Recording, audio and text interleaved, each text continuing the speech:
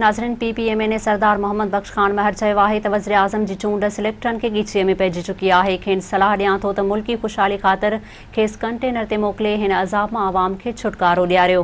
खानगढ़ में पंहिंजे रिहाइशगाह ते मुख़्तलिफ़ वफ़दनि सां ॻाल्हाईंदे सरदार मोहम्मद बख्श खान महर चयो आहे त सिंध पूरे मुल्क खे पालींदड़ सूबो आहे, पर ॾहें NFC में बि वफ़ाक़ जो वेधन जारी आहे, जेका सिंध खे कंहिं बि सूरत में क़बूल न आहे। हुन चयो आहे त वफ़ाक़ी सरकार आइन जी भञकड़ी कंदे TORs तहत पंहिंजा ख़र्च बि सूबनि जे फंड मां कटौती करण वञी रही आहे, जेका सरासर सिंध सां ई न पर सभिनी सूबनि सां ज़्यादती आहे। सरदार मोहम्मद बख्श खान महर जो चवणु हो त हिक पासे सिंध खे NFC में माली नुक़सान ॾियण जूं तयारियूं थी रहियूं आहिनि, त वरी ॿिए पासे वफ़ाक़ी सनअती ऐं ॿिया इदारा अरबें रुपया सिंध जी धरतीअ तां कमाए रहिया आहिनि, पर सिंध खे रॉयल्टी ॾियण लाइ को बि तयारी नाहे।